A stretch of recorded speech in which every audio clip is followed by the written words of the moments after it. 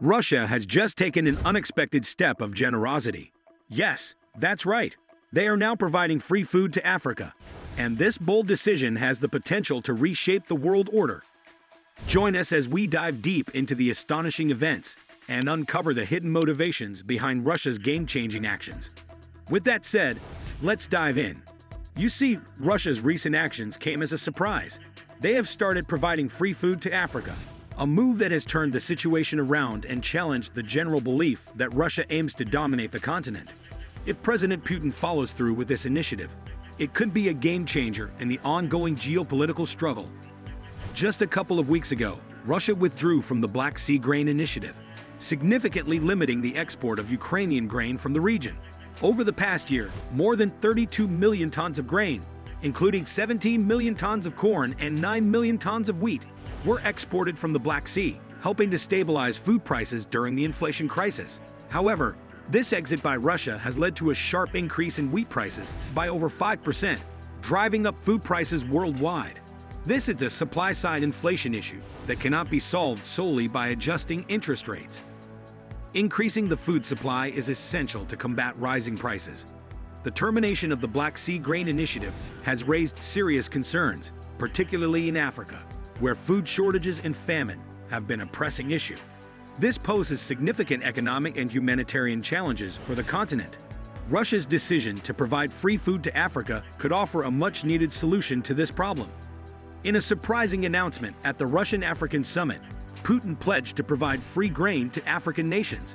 This is a significant development as it means that Africa won't have to pay for its grain supplies. However, the question remains, will this be enough to alleviate the food crisis in the region? And is Africa risking creating a potentially risky dependency on Russia for its food needs? Let's explore this matter further.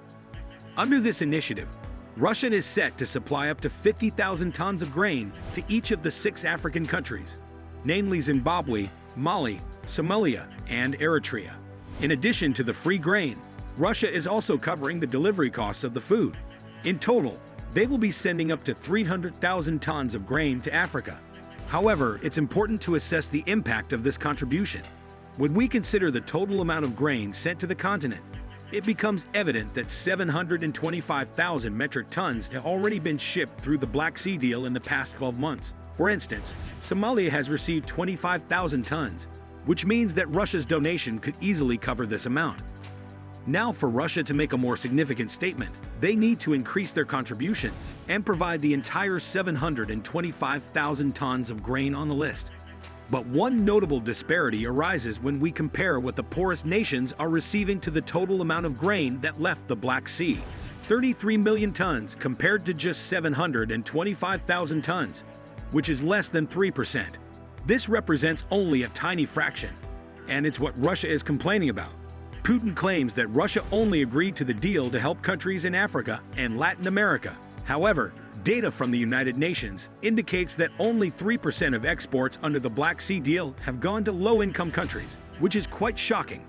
While increasing the global supply of grain can reduce overall prices, one may question whether it would be more effective to directly ship more food to the poorest countries. This may be why Russia claims that the West was taking advantage of the poorer countries. Interestingly, a majority of the grain ended up in China, Spain, and Turkey, with a significant concentration of food in the Eurozone. At least 10 million tons were sent there, which is quite staggering. As we previously mentioned, directly shipping the food to Africa would have a more substantial impact than simply increasing the overall supply with extra grain. However, it seems that countries with greater purchasing power, such as China or Europe, are the ones benefiting first from the available food supply. What Russia is currently undertaking is a direct approach, channeling food supplies straight to Africa, while reducing provisions to high-income countries like those in the West. This decision has sparked considerable anger surrounding the termination of the Black Sea Grain Deal. The White House remarked that a few donations to certain countries cannot compensate for the millions and billions of tons of grain exports that played a crucial role in stabilizing food prices worldwide. It becomes evident that Russia is deliberately intensifying food inflation on a selective basis across the globe. Now, why is Russia providing free food to Africa? As we've come to realize, nothing in the world is truly free, especially when it comes to big powers like the United States, China, or Russia. Behind every move, There is usually an agenda, and it's essential to understand why Russia is offering free grain and seeking to gain more allies and support in the continent. Let's take a closer look at the specific countries to which Russia is shipping the free grain, such as Mali, Somalia, and the Central African Republic. These nations have stopped censuring Russia's war with Ukraine, and providing free food can be seen as a reward for their alignment with Russia's stance. However, this is not the only reason. Putin is also aiming to consolidate his support ahead of the upcoming BRICS summit because he won't be traveling there due to the International Criminal Court's arrest warrant.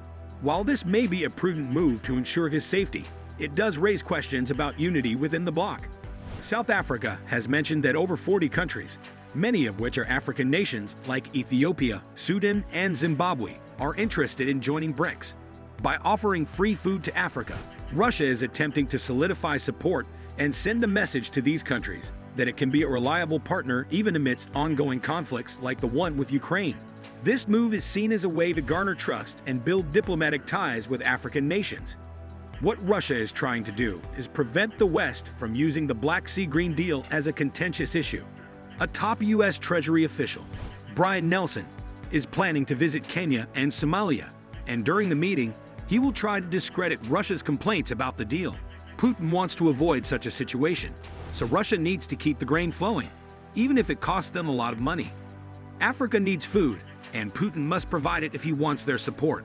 However, there's a concern about whether this is feasible.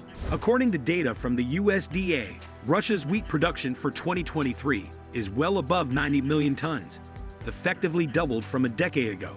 Russia remains the world's largest exporter of wheat, supplying 45 million tons per year, more than the United States, Canada, or Europe. But here's the challenge. Russia itself consumes around 44 million tons of wheat annually, leaving only 1 million tons as a buffer for exports. So while they could technically cover the shortfall for African countries, it's a delicate balancing act, like walking on a tightrope. The situation is quite challenging. Russia and the West need to find a new agreement, but it doesn't seem likely. Russia is providing free food to Africa, and this move has disrupted the previous Black Sea Green Deal. As a result, global grain prices could increase significantly, leading to higher food prices for everyone. The IMF predicts that grain prices could rise by 15%, which means your shopping bill might go up by another 5 to 10%. This can hurt the economy, and central banks might raise interest rates to control inflation, potentially leading to a recession. The issue with transporting Ukrainian grain is also causing problems. The EU is struggling to find financial options to reduce transportation costs, and some countries in Eastern Europe are even banning Ukrainian grain imports to protect their farmers. The food crisis is getting worse, and the longer this situation continues, the more chaotic it becomes. Ukrainian revenues are declining, and the disruption is affecting the global food supply chain. There's a danger of more countries cutting their food exports, which would worsen the situation. All right, guys, that's a wrap. Now, do you think this will have a significant impact on the global food crisis? Let us know in the comments below. And if you enjoyed this video and want to stay updated on more incredible world news, don't forget to hit that subscribe button and turn on the notification bell. Thanks for watching, and I'll see you in the next one.